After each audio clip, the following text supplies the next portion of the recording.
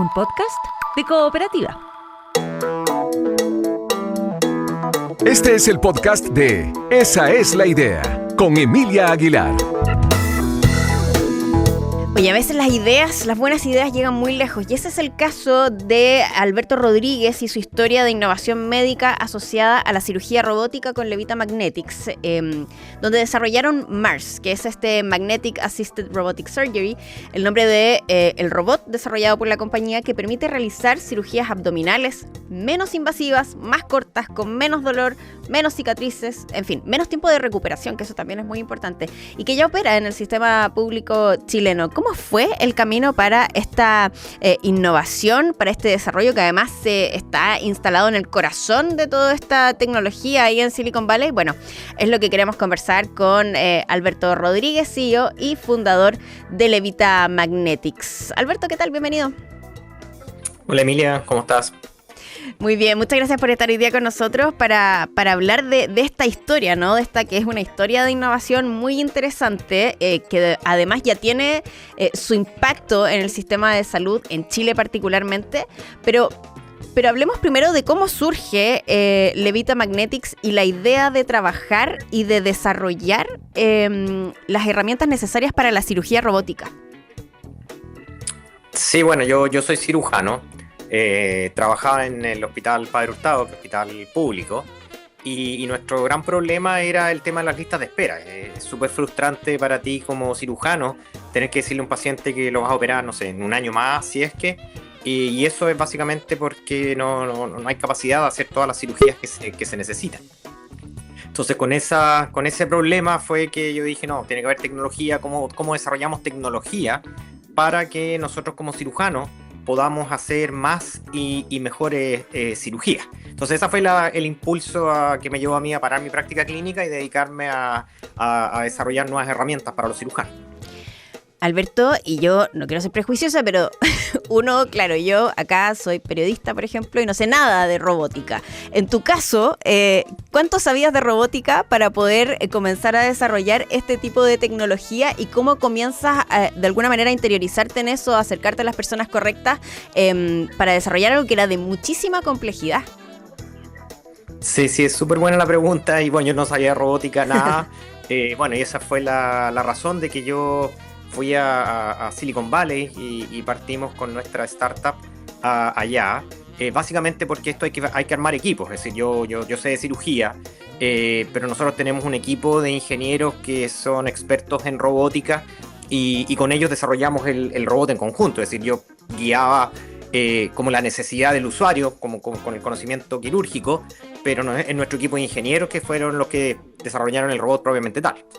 Claro, ahí evidentemente que hay una mirada a la necesidad de contar con esta interdisciplina al final para poder desarrollar algo así de complejo. ¿Y cómo fue ese camino también, Alberto? Porque evidentemente que no es decir, ok, voy a dejar el hospital, voy a ir a instalarme a Silicon Valley y voy a desarrollar un robot. ¿Qué es lo que pasa entre medio? Sí, bueno, fue un proceso. Yo paré mi práctica clínica, fui a Estados Unidos. Nosotros primero desarrollamos el concepto magnético, es decir, desarrollamos el uso de imanes en cirugía, que es el gran beneficio en términos para el paciente, en términos de que nosotros podemos hacer una cirugía con menos corte, y eso disminuye el dolor, las cicatrices, el tiempo de recuperación. Entonces desarrollamos ese concepto primero, desarrollamos el primer producto, que era un producto que uno movía con la mano, que era manual. Y en ese proceso, cuando empezamos a usarlo en pacientes, nos dimos cuenta que en realidad si tuviéramos un robot que moviera este imán, era una solución mucho más potente, una solución mucho más grande para el cirujano. Entonces fue un proceso, que esto fueron varios años, esto no es una cosa así de un día para otro, y partimos además de una manera que se parece como muy virtual con nuestra startup. Después fuimos creciendo poco a poco, y bueno, en lo que estamos hoy día, que ya tenemos una fábrica de robots en Mountain View, estamos al lado ahí de Google, y la otra mitad del equipo está en Santiago, que eso también es bien bonito de nuestro modelo, en que hacemos todo el hardware, la manufactura del robot y el instrumental quirúrgico en California, en Silicon Valley, pero todo lo que es software del robot y todo lo que estamos haciendo en inteligencia artificial y realidad aumentada, lo hacemos con el equipo de Chile. Tenemos un equipo en dos países. Alberto, hoy día impresionante, digamos, estar instalado en esta fábrica al lado de Google, y te leía en una entrevista que esto había partido en el garage de tu casa, las primeras pruebas con los robots. ¿Nos puedes contar un poco de esa historia? Porque también de alguna manera grafica que el camino es lento y que tiene, digamos, a lo mejor las mismas complejidades que pueden tener los caminos de otros emprendedores que están haciendo otras cosas distintas. Sí, bueno, como te decía, yo era cirujano, trabajaba en el Hospital Padre Hurtado, el hospital público, y vimos que el problema que era, como le decía, del manejo de pacientes es cómo hacer la cirugía menos invasiva, uno puede hacer el proceso más eficiente. Y con ese concepto, conversando con mi padre, que es ingeniero, empezamos a ver distintas maneras en cómo se podía hacer la cirugía de una manera nueva, con los conceptos quirúrgicos que yo conocía como cirujano. Y fue ahí que se nos ocurrió ocupar imanes para resolver un problema específico que es cómo movilizas tú los órganos con menos daño en la pared de los pacientes. Y justamente, claro, todas las primeras pruebas las hicimos de manera se podría decir, bien doméstica, en el garage de la casa de mis padres, ocupando, no sé, algunas veces tutos de pollo, es decir, así cosas bien simples, pero que en realidad demostraban el potencial de la tecnología base. Y ese yo creo que fue lo interesante, que con mi padre nos dimos cuenta de haciendo pruebas muy simples, el potencial que esto podía tener en los pacientes. Alberto, y pasaron, bueno, de estos tutos de pollo a, en un camino largo, evidentemente, instalarse ahí en Silicon Valley, hoy día completamente ya reconocidos en lo que hacen, y con un robot que está ya ocupándose en Chile y particularmente en la salud pública, y hubo un hito ahí también porque la primera instalación de este robot fue precisamente, si no me equivoco, en el Hospital Luis Tisné en Peñalolén. ¿Por qué decidieron hacerlo de esa forma? ¿Por qué para ti como fundador también era importante que esto pudiese utilizarse en la salud pública? Sí, es súper buena la pregunta, y esto nosotros estamos en paralelo entre Estados Unidos y Chile. En Estados Unidos partimos en la Cleveland Clinic, que es uno de los mejores centros de Estados Unidos de cirugía digestiva, y en paralelo partimos acá en Chile, justamente en el Hospital Luis Tisné. Yo diría que por la razón principal es que mi corazón está en el sistema público. Yo siempre trabajé en un hospital público, es donde está la gran necesidad de los pacientes, y eso combinado con la dirección del hospital. Estaba el doctor Julio Montt, que nos apoyó y muy visionario, junto con un grupo de cirujanos liderado por el doctor Jiménez, que justamente quieren hacer las cosas mejor. En general, toda la gente que trabaja en el sistema público quiere dar una mejor atención a los pacientes, y bueno, vieron que esto era una solución efectiva y partimos en el Hospital Tisné. Alberto, y hoy día, con esta tecnología, con Mars, ¿qué tipo de cirugías se pueden hacer y cuáles son los beneficios de la cirugía robótica, además? Claro, el robot está diseñado para todo lo que es cirugía abdominal. Uno de los buenos usos es lo que es cirugía bariátrica. En general, los pacientes de cirugía bariátrica son pacientes de alto riesgo, donde tú, al disminuir el dolor, hacer la recuperación más rápida, se asocia también a que pueden empezar a caminar antes, se vayan para la casa antes, y eso se sabe que disminuye las complicaciones. Entonces, el uso en cirugía de obesidad es muy buen uso de nuestro robot. La cirugía vesícula, que es la cirugía más frecuente a nivel de Chile y a nivel del mundo, y también es decir, todo lo que es cirugía abdominal, cirugía ginecológica, urológica, es también un buen uso de nuestro robot. Y aclaremos una cosa, porque a lo mejor alguien está pensando, no, yo no voy a ir al sistema público para que me opere un robot, pero esto es en el fondo un brazo robótico, un sistema robótico que es operado a su vez por un cirujano que está instruido en la materia. Claro, nuestro sistema son 2 brazos robóticos. Básicamente es que tú le das un asistente quirúrgico al cirujano, que lo controla, es controlado totalmente por el cirujano. Y además esto opera nuestra tecnología magnética, que fue lo que nosotros desarrollamos, que inventamos, que somos los pioneros a nivel mundial, en que permite disminuir el número de incisiones, pero es totalmente controlado por el cirujano. Y por último, ¿cuáles son los beneficios de la cirugía robótica y cómo puede aportar también, lo decías tú al inicio, ¿no? El tema de las listas de espera, que es un dolor evidentemente en el sistema de salud público. ¿De qué manera esto puede aportar también? Sí, bueno, la ventaja de nuestro robot es que por un lado para el paciente hace la cirugía menos invasiva. Al cirujano lo hace más eficiente, te permite ver mejor, te permite hacer una cirugía más rápida y el concepto además que el paciente sea una cirugía menos invasiva, junto con que hace al cirujano más eficiente, si tú pones las dos cosas en conjunto, aumenta mucho el número de cirugías que puede hacer el cirujano por día, es decir, en total, es decir, desde que el paciente entra hasta que sale de la recuperación o de los hospitales y clínicas. Entonces el aporte mayor es que nosotros en el sistema público, que estamos en el Hospital Luis Tisné y ahora vamos a partir en el Hospital San Felipe, que es el primero en provincia, aumentamos la eficiencia del equipo quirúrgico y es una solución muy buena para las listas de espera. Y en el sistema privado lo que hacemos es mejorar lo que es la experiencia del paciente, porque bueno, tiene menos dolor, menos cicatrices, y para nosotros también es importante estar presente, porque nosotros como empresa queremos llegar a la mayor cantidad de pacientes, independiente de su seguro médico, y ahí estamos haciendo una experiencia bien bonita con Red Salud, con la Clínica Colonial, con MEDS, con la Clínica Las Condes, porque justamente nosotros queremos estar en todos los centros hospitalarios, que queremos llegar a la mayor cantidad de pacientes independiente de su seguro.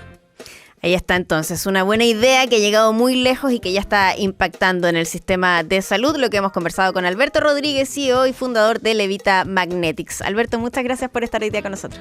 Gracias a ti, Emilia, por la invitación.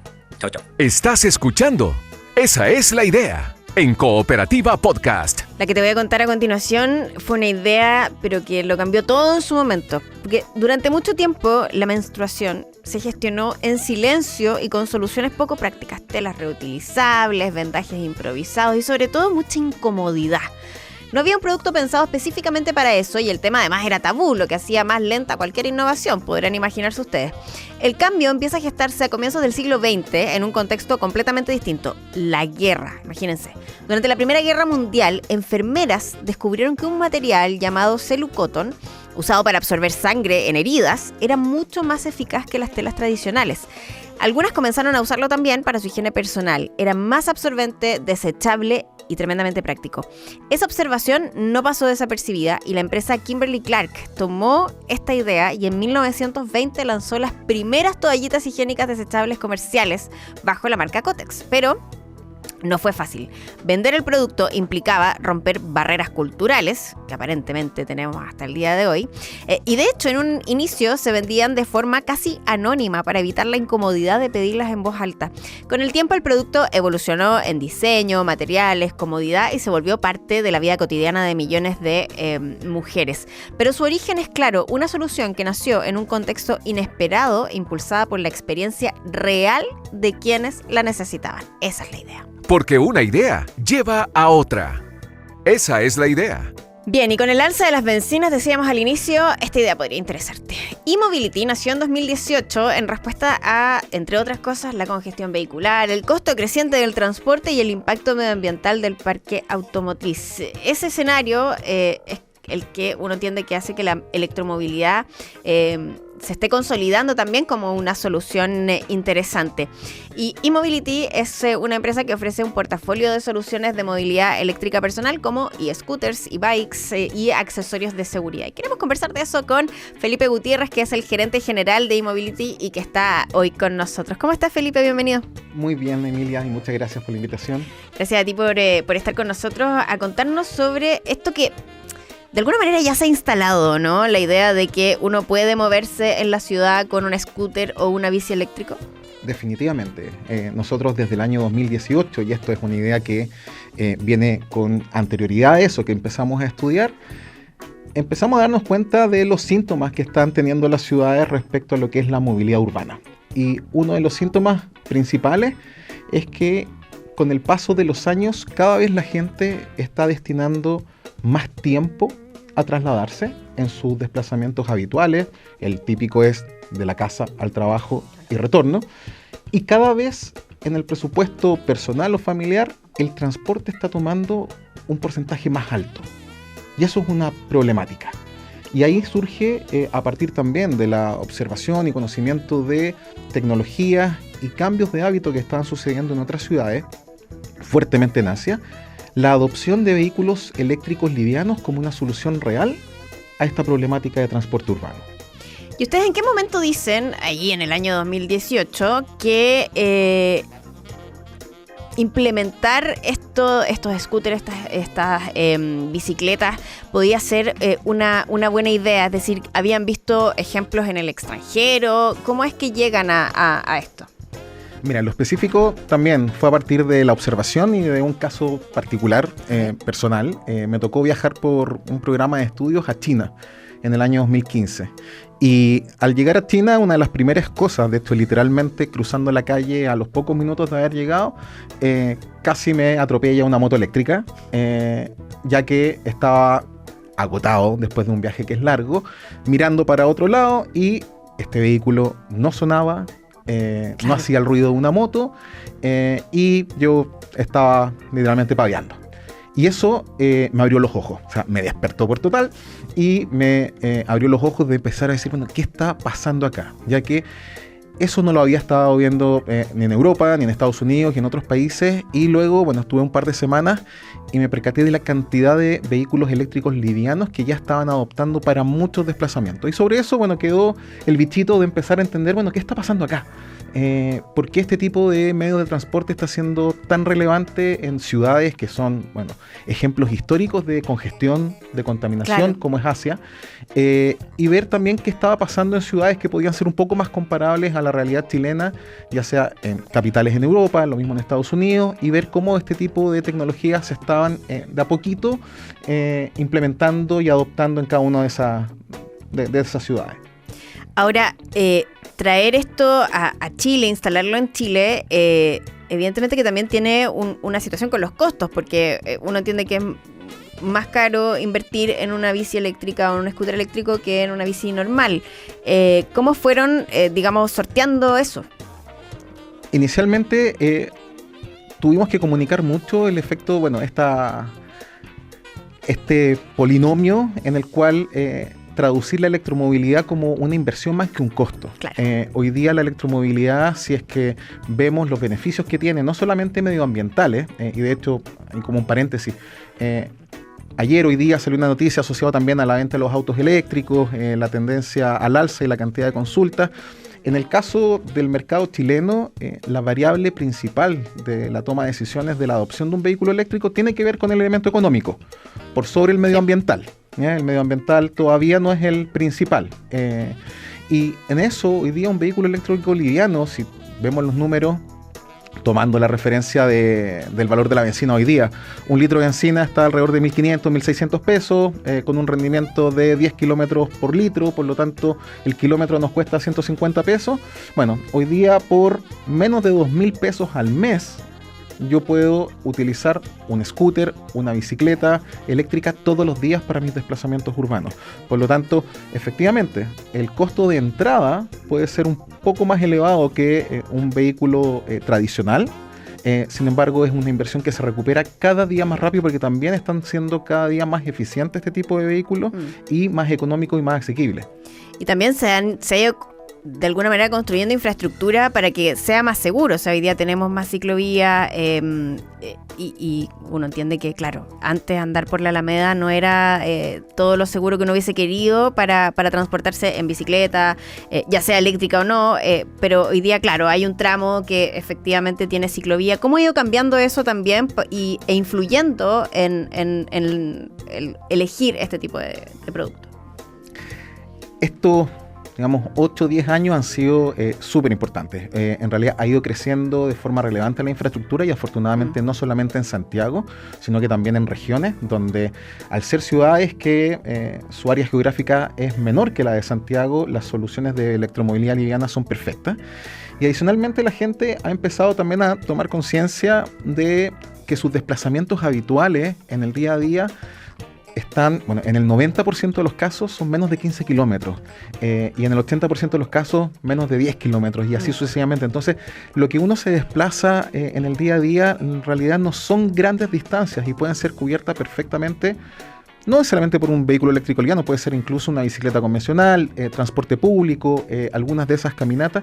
Entonces, ha habido un cambio cultural acompañado de una mejor infraestructura que eso naturalmente facilita. Estar en una bicicleta por la Alameda con todo el transporte público, claro, nadie se sentiría muy seguro, pero en eso las ciclovías, la mayor infraestructura, la interconexión y también la intermodalidad, que eso me permita, por ejemplo, ir en una bicicleta a un bicicletero en el cual luego puedo tomar el metrotren, puedo tomar el metro, y el combinar distintos medios de transporte es lo que las ciudades tienen que ir progresando y prescindir de esta utilización muchas veces del auto como medio de transporte principal y prácticamente único para todos los desplazamientos cuando en realidad no se justifica.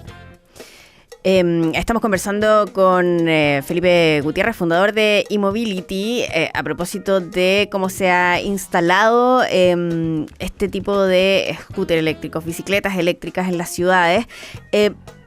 Por ejemplo, hablábamos recién de la infraestructura, ¿no? Pero por otro lado está los repuestos, la reparación.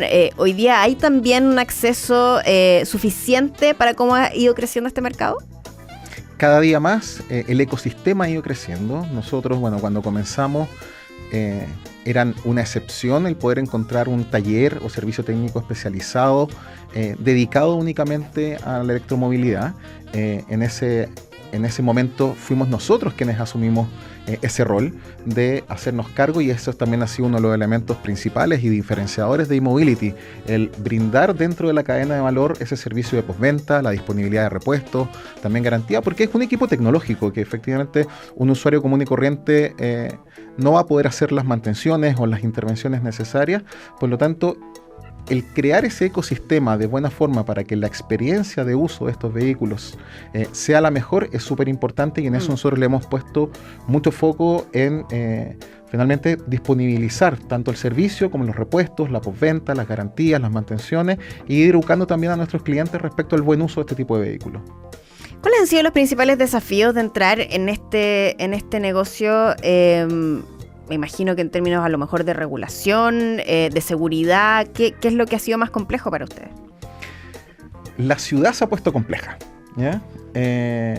A ver, todos, yo creo que gran parte de las empresas y las industrias tuvimos que adaptarnos y cambiar distintos aspectos con la pandemia, ¿ya? Y uno de esos en la pandemia que nos afectó de forma directa a todos los habitantes fue el aumento del parque automotriz en todo ámbito. La mayor cantidad de autos, también hubo un aumento explosivo de motocicletas, también como respuesta a las aplicaciones de reparto y de delivery, que también fue una de las consecuencias del trabajo remoto y del confinamiento. Y en eso las ciudades cada día tienen que convivir con más personas, más autos, más peatones, más motos, más bicicletas, más scooters, más ciclovías. Entonces, la ciudad se ha vuelto cada día más compleja y en eso es importante un poco la convivencia vial y la cultura vial. Y ese es un desafío que nosotros lo asumimos desde nuestra posición, entendiendo de que esto no es un ciclista contra un peatón. Todos somos todos. En algún momento somos peatones, en algún momento somos ciclistas, en algún momento somos automovilistas. Entonces la cultura y la convivencia vial tiene que ir desde la comprensión de nosotros en distintas modalidades de transporte que vamos asumiendo en el día a día. Y eso también es un poco el desarrollo de una ciudad que es más amigable. Cuando hablamos también de ciudades inteligentes, parte de eso es generar el ecosistema, pero también la convivencia de las personas, entendiendo el que tenemos que compartir un espacio que es limitado para distintas necesidades e intereses. Y en ese sentido, y cuando pensamos en la ciudad inteligente o la ciudad que queremos ser o que debiésemos ser frente a los desafíos climáticos, entre otros, ¿cómo se proyectan ustedes en ese escenario? Hoy día la tecnología y en el tema de transporte está avanzando a pasos agigantados. Y uno también de los aspectos, nosotros como eMobility, un concepto que cala muy fuerte dentro de nuestros usuarios es el aspecto de la libertad, ¿vale? Comentábamos anteriormente que el aumento de el parque automotriz, el aumento de los costos de transporte, son elementos que nos quitan presupuesto al final del mes, nos quitan tiempo en nuestros desplazamientos, tiempo que podemos utilizar para la actividad que queramos, excepto estar en un taco, y eso nos resta libertad. Y en eso también hemos visto, y esto es un tema a nivel demográfico, en Chile ya se invirtió la pirámide demográfica. Hoy día hay más adultos mayores que menores de 18. Y a nivel de movilidad estamos viendo también desde eMobility el tema de la movilidad eléctrica, no solamente en vehículos de ruedas, de 2 ruedas, como un scooter o una bicicleta, sino que también pensando en nuestros adultos mayores y en sus necesidades de movilidad. Por lo tanto, eMobility hoy día está también innovando en soluciones de movilidad reducida y apuntando a lo que va a ser un segmento con necesidades importantes a nivel de desplazamiento y enfocados también en su libertad. Hoy día el sedentarismo y el aislamiento de nuestros adultos mayores va a ser un tema a futuro, asociado también al cuidado de los mismos, con una sociedad que cada vez va a poder estar probablemente menos presente o menos tiempo en esas labores. Entonces, respondiendo a tu pregunta sobre el futuro, eMobility está abordando y tomando ese rol de no solamente la movilidad a nivel de transporte, sino que la movilidad urbana en su amplio espectro. Bien. Llegó el momento de este programa, Felipe, en que tienes 1 minuto para contarle a la gente por qué eMobility es una buena idea, por qué la electromovilidad dentro de la ciudad es una buena idea. Es el minuto de pitch para eMobility en Esa es la Idea. Fantástico. Cada día en nuestras ciudades nos toma más tiempo nuestros desplazamientos y cada día, y además con el alza del combustible, nos ocupa un porcentaje más alto de nuestro presupuesto. Destinarle tiempo a los tacos y destinarle nuestros recursos al combustible nos resta libertad de hacer lo que queremos, nuestras actividades y gastar nuestros recursos en otro tipo de cosas. Asimismo, y como mencionábamos recién, nuestra población se está envejeciendo y la libertad también tiene que ver con no estar encerrados, el sedentarismo, el poder vivir la ciudad. eMobility es una empresa que se ha enfocado en este tipo de soluciones que le entregan libertad a las personas, y esa es nuestra propuesta, hacer ciudades que sean más amigables y un ecosistema de transporte urbano, eléctrico e inteligente cada día mejor para nuestras personas. En eMobility le ponemos energía a tu libertad. Ahí está entonces Felipe Gutiérrez, gerente general de eMobility, contándonos más sobre la electromovilidad que ofrecen ahí en eMobility. Felipe, muchas gracias por esta conversación. Muchas gracias a ti, Emilia. Que estés muy bien. A ti. Aquí termina el podcast de Esa es la Idea. Lo escuchas en vivo de lunes a viernes a las 4 de la tarde en la radio y en la app de Cooperativa.